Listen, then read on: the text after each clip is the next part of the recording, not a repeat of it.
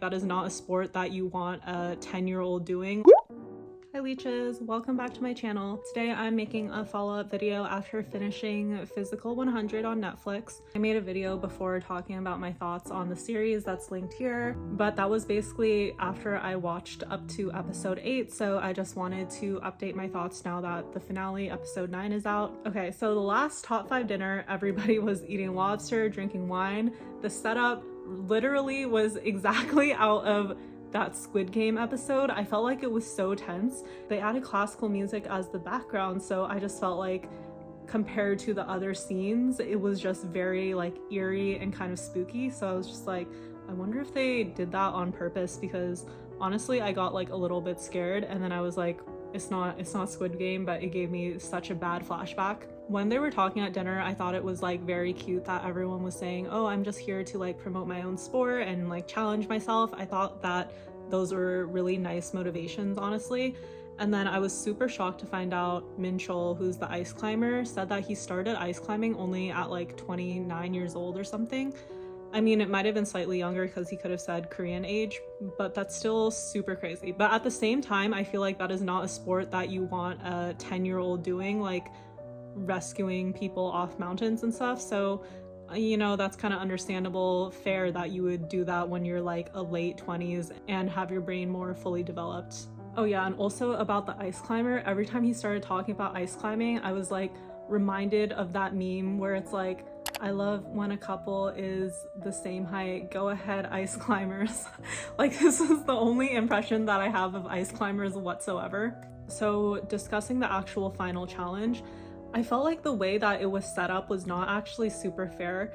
I think it was more luck, for example, that at first it was the 5-way tug of war. You basically could be like very unlucky and that challenge doesn't really suit you, so you would get eliminated.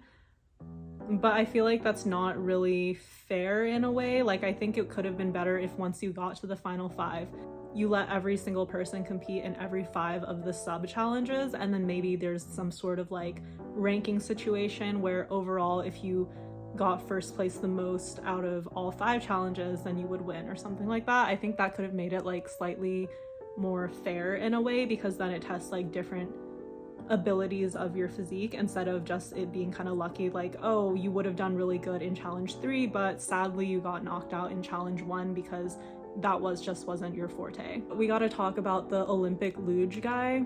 I feel like this guy needs to be like a strategic military general or like CEO or something, because his skills in strategic thinking, like intelligence stat maximum.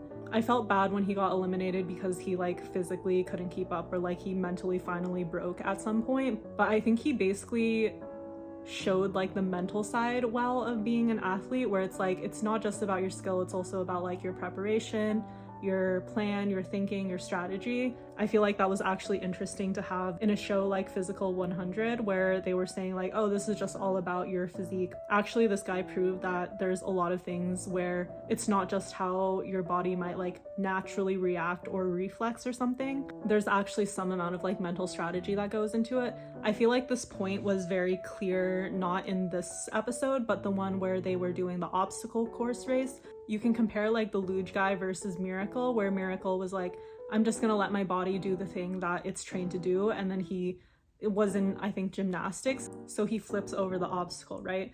But think about the luge guy, where he was like, I knew exactly where I was gonna place every foot when I went up and came down, and because of that I knew I was taking the most efficient path, and that small amount of time that he spent doing that is what led him to win the challenge.